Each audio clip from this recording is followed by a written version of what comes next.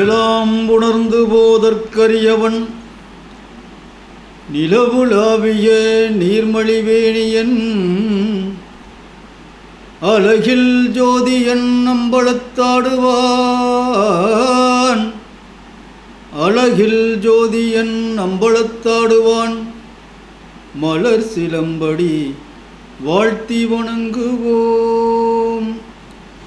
அன்பார்ந்த மெய்யன்பர்களே, திருநாவுக்கரசருடைய அந்த வாழ்க்கை கதையினை 4 பகுதியாக கேட்டோம். திருநாவுக்கரசர் மோட்சமடைந்தார் என்ற நிலையிலே நிறைவு பகுதி முடிந்தது. இப்பொழுது மாணிக்க வாசகருடைய வாழ்க்கை முறை, ஒவ்வொரு நாயன்மாருடைய வாழ்க்கை முறை கொஞ்சம் வித்தியாசமாக இருக்கும். ஆகவே மாணிக்கவாசருடைய வாழ்க்கையிலே நிறைய சாதனைகள் செய்திருக்கார். மாணிக்கவாசன்னு சொன்ன உடனே எல்லாருக்கும் சிவபுராணம் ஞாபகம் வரும். நமச்சிவாய வாழ்க, நாதன் தாழ்வாழ்க, இமைப்பொழுதும் என் நெஞ்சில் நீங்காதான் தாழ்வாழ்க, ஓகலியாண்ட குருமனிதன் தாழ்வாழ்க, ஆகமம் ஆகி நின்ற அன்னிப்பான் தாழ்வாழ்க.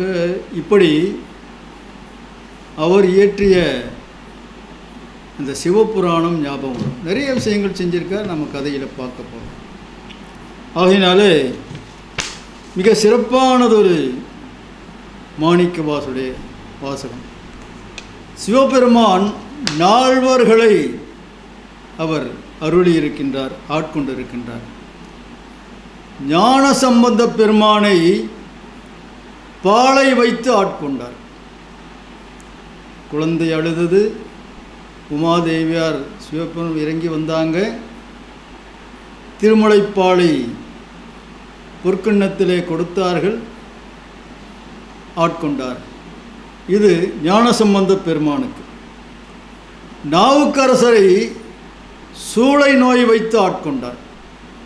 அந்த கதை நம்ம பார்த்தோம். ஆனால் மாணிக்க வாசகரை காளை வைத்து ஆட்கொண்டார். காளை வைத்து ஆட்கொள்ள போகிறார். பாலை வைத்து, சூளை வைத்து, காளை வைத்து. சுந்தரமூர்த்தி நாயனாரை ஓலை வைத்து ஆட்கொண்டார். இப்படி 4 4 விதமாக சிவபெருமான் ஆட்கொண்டார். அதனாலே பாண்டிய நாட்டிலே அமைச்சராகின்ற ஒரு தகுதி மாணிக்க வாசகருக்கு 16 வயசுக்கு முன்னாடியே ஆயாச்சு. ராமலிங்க சுவாமிகளை பற்றி நாம் கேள்விப்பட்டிருப்போம். ராமலிங்க சுவாமிகள் திருவருட்பா நிறைய விஷயங்கள் நம்முடைய சைவ சமயத்திற்காக, தமிழர்களுக்காக திருவருட்பா போன்ற பல விஷயங்கள் அவர் கொடுத்துருக்கார். மாணிக்கவாசருக்கு பின்னால் பிறந்து வளர்ந்து வழிகாட்டியவர் ராமலிங்க சுவாமிகள்.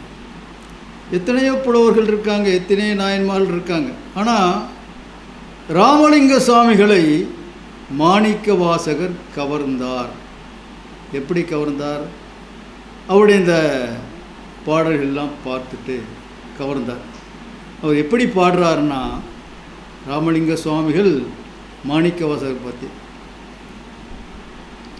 வாட்டமிலா மாணிக்க வாசகனின் வாசகத்தை கேட்ட பொழுது அங்கிருந்த கீழப்பறவை ஜாதிகளும் பொல்லா விலங்குகளும் மெய்ஞான நாட்டமுற நானடைதல் வியப்பொன்று.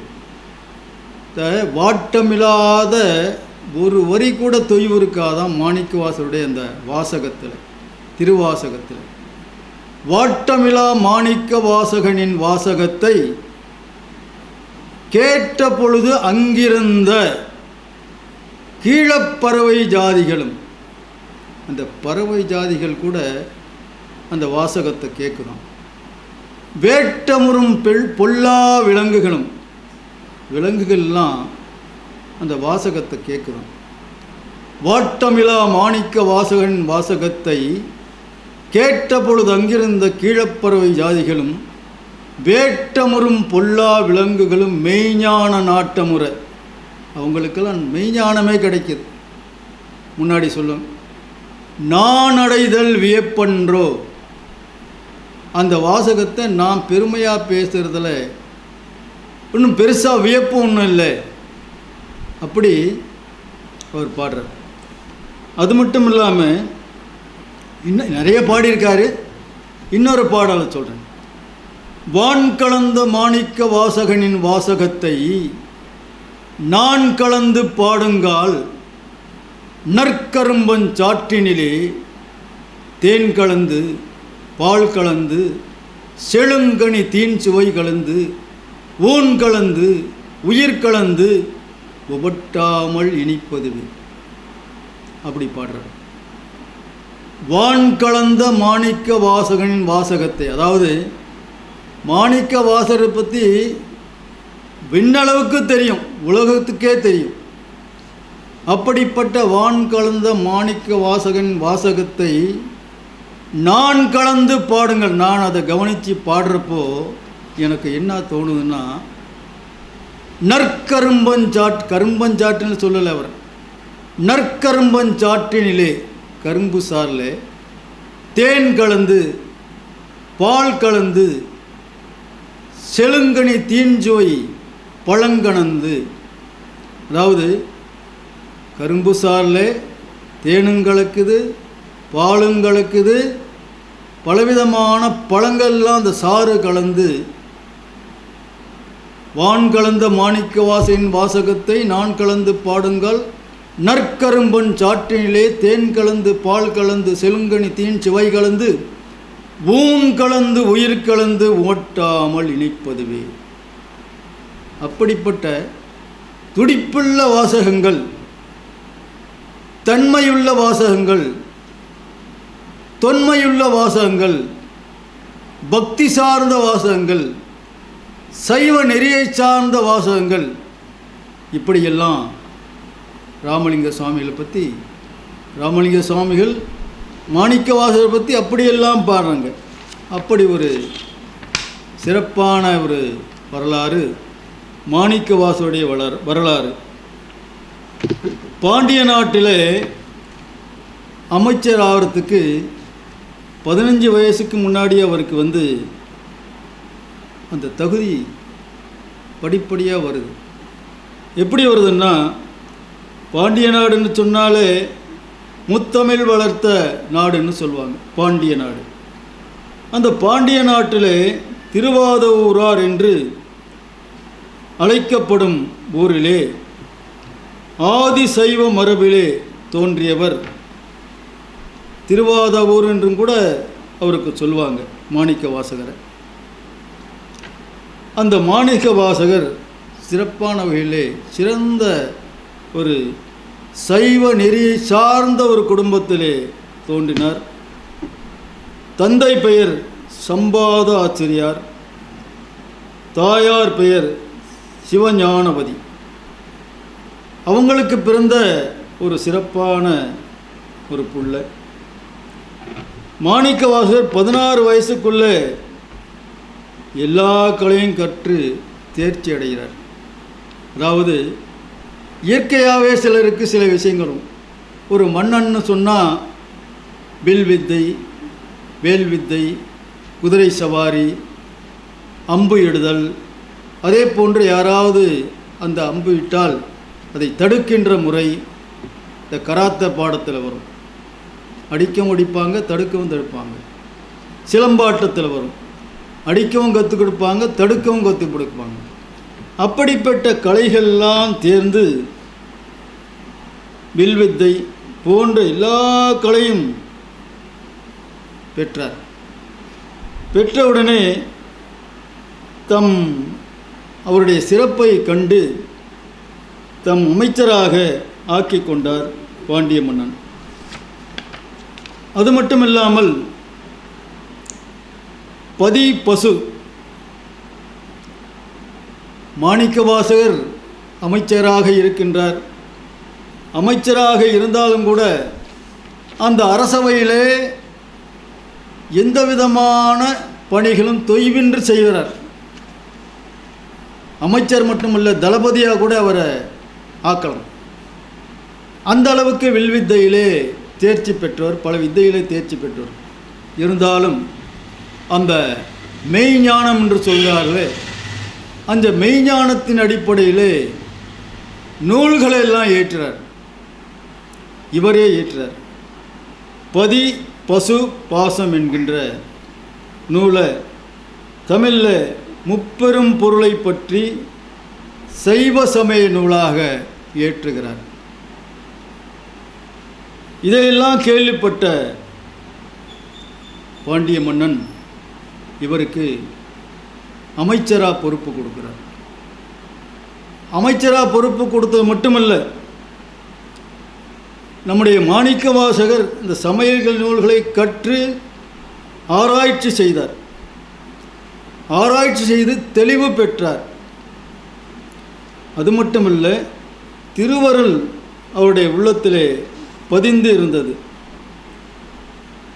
அப்படிப்பட்ட நேரத்திலே அந்த